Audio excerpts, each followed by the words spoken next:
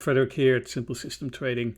A quick video here to do a walkthrough on the new remote trade copier study.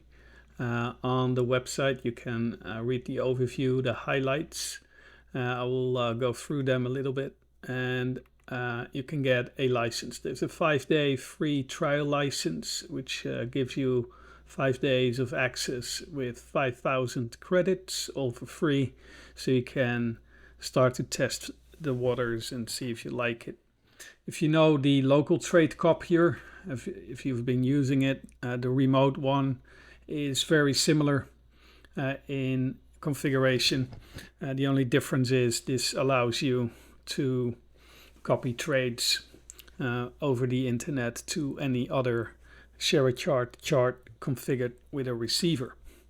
The way this works, it's a transmitter and a receiver study in the same bundle. They can be loaded on any share a chart, and what you configure is a channel. A channel is one of the settings. I will show you how you can create channels, and channels can be shared with other users as well, and that way you can share trades over that private channel. There's no limits to how many receiver studies or transmitter studies are loaded over a single channel. It's very scalable. It's possible to manage access to a channel through Discord. I will show you that in a bit as well. As a credit-based system is used because this needs a constant connection to the backend to make this work. The backend is really quick. We have around 50 milliseconds of round-trip performance, so there's hardly any latency.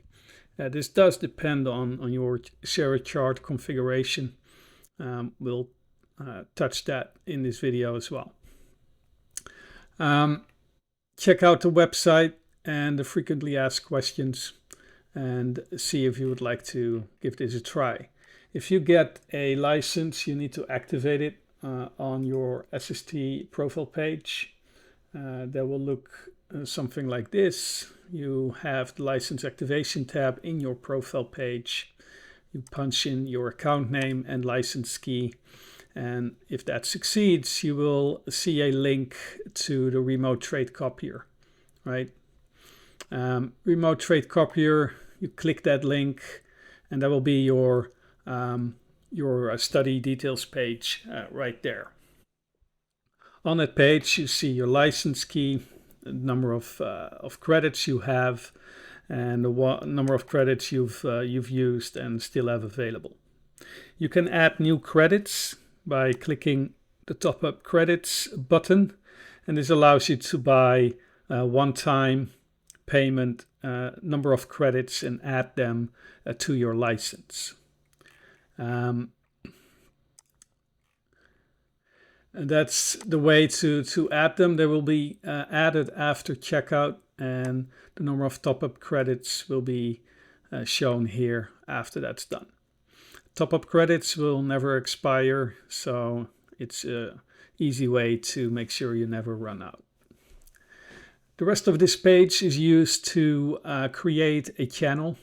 So if you are using the transmitter study, you need a channel, and you can only send trades over on your own channel.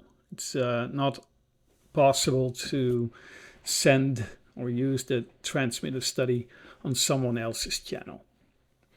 So channels are created on this page and assigned to your license. You can have 10 channels. If you need more, you'll just contact me and I'll make sure you can create a few more. There's two types of channels. There's an open channel, which if you share it, anybody can share it with anybody. There's no access control there. But that's fine if you don't need any extra access control. But if you do want privacy on that channel, you will need to create a managed channel. Everything you need here is available on the documentation. It's pretty straightforward. Make sure you assign a Discord user to your license. It's a quick verification process using Discord. So that will make sure you are a Discord user. Then you add the watcher bot that I created to your server, and with that done, you can start to fill out this this form. You need a server ID and a role ID. So if you look at Discord, I have it open here, just a simple server. I right click here, I have a server ID, and if I go to the server settings, there is roles, right?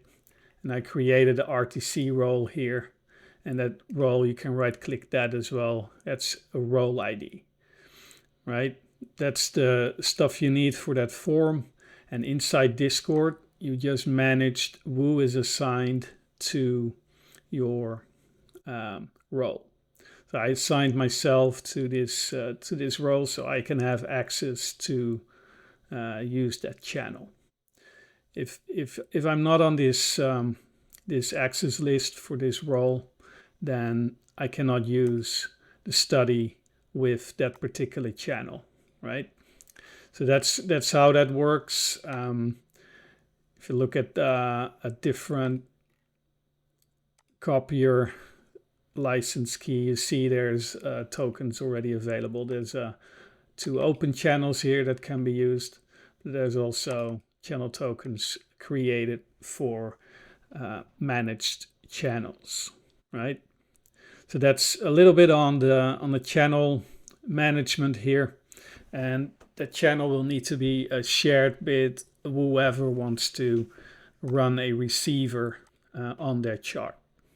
If you look at my charts here, there's a transmitter on the left-hand side and a receiver on the right-hand side. These are different share a chart installations. So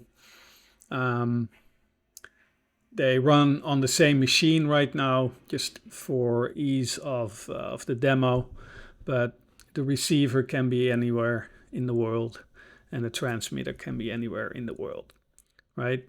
And with the correct license key, channel, and signal tag, you will start a connection to the backend, which will be maintained by the study.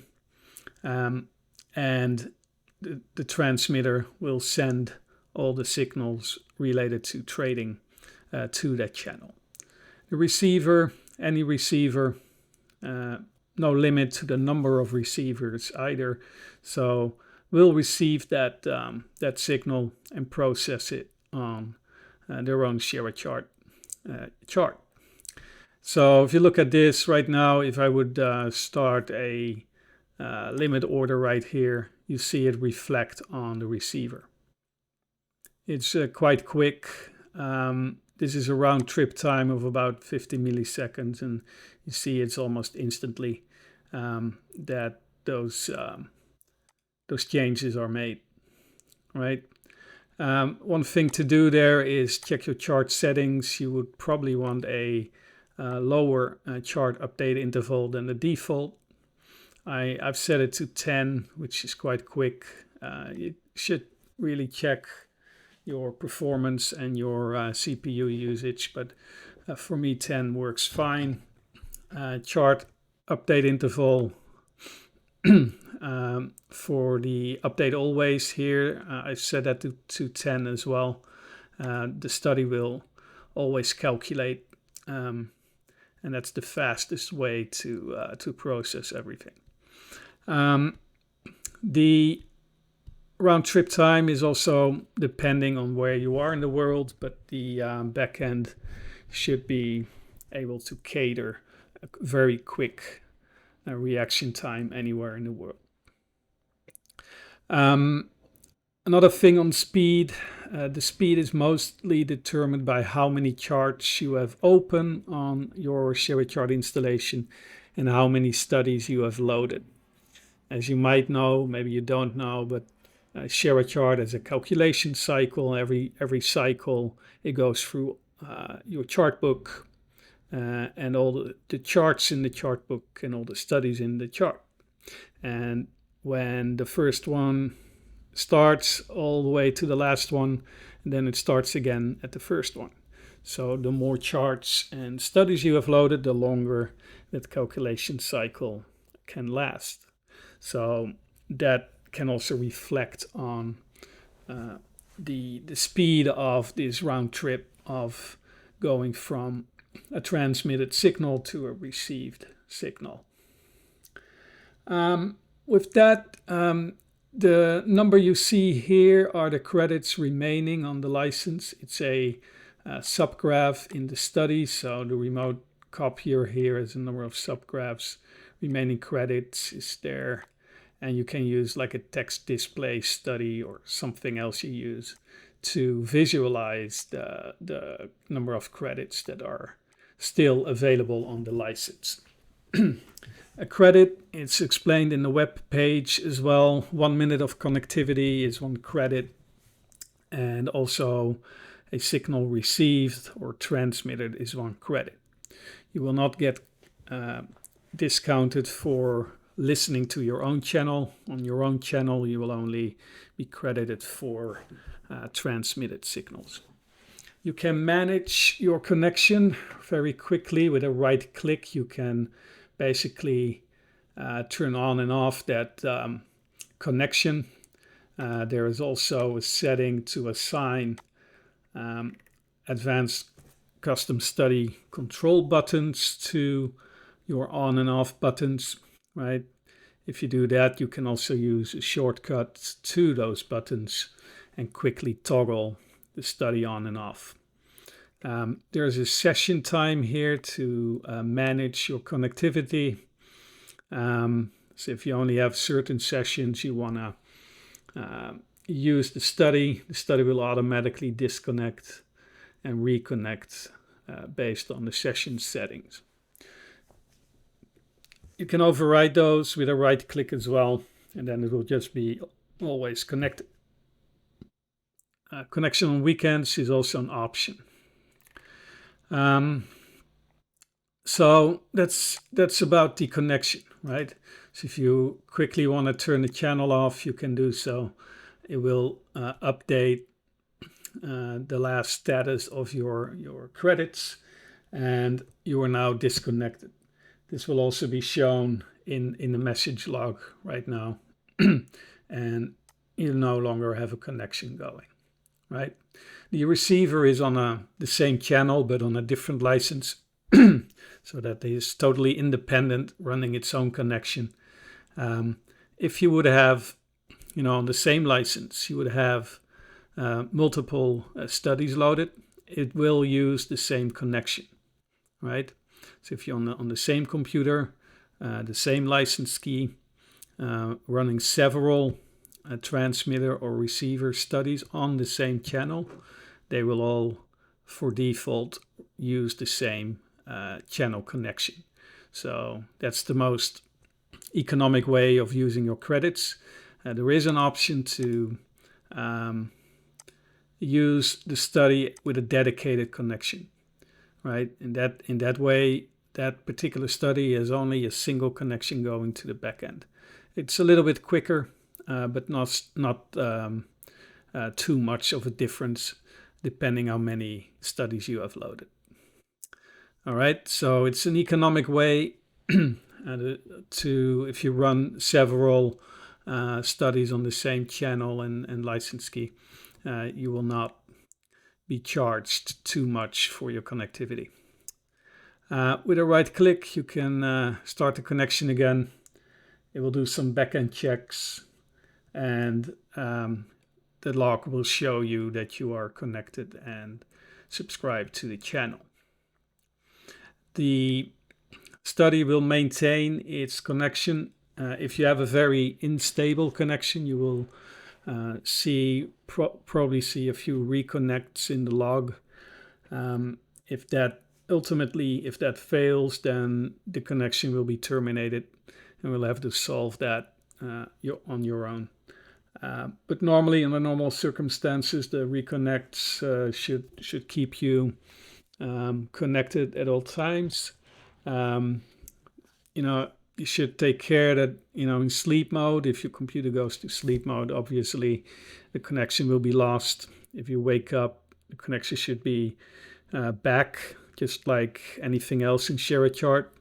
But don't expect the receiver to work if your computer is in sleep mode, right? So computer will still need to be turned on and working and not sleeping for receiving signals to be processed. So that's something to keep in mind. Other than that, the connection is very stable and should work. Now let's have a closer look at the transmitter and receiver studies. Let's have a quick look to the trading aspects of the remote trade copier. TX sends orders to the receiving end. In this case, we have a waiting order send out. It's sent out because we set the trade transmitter to send open waiting orders. If we don't do that, like we set that to no, let's cancel this, then the waiting order will not be sent out, right? Unless we get a fill, that's a position change, that will be sent out as a market buy order, and the receiver will process that. Same goes for the brackets, the target and the stop prices. If you want to send them, that's also a setting in the transmitter side to send both target and stop, right? Receiver, you can set the receiver to do something different with that. So if you don't want to process the target and stop, you set that to no. You basically run your own bracket, right? So right now you will run your own bracket here, different target and stops than on the transmitter side. We get let's do this. Just do market, right? We have a market order in, different stop, different target, and different second target as well, right? Anything changes here, but that doesn't get processed by the receiver. This way you can run your own independent brackets. It can also be different brackets altogether. If you want them the same, then you just process them, right? And you run them the same, right? You can set multiple things. So process the target and stop. We'll set it back to both.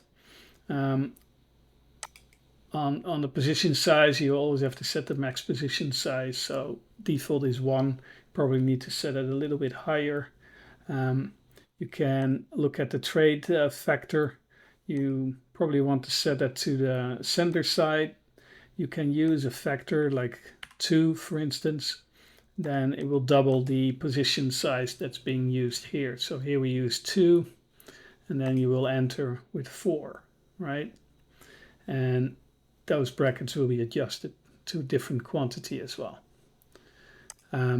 So that's something you can do on that receiver end.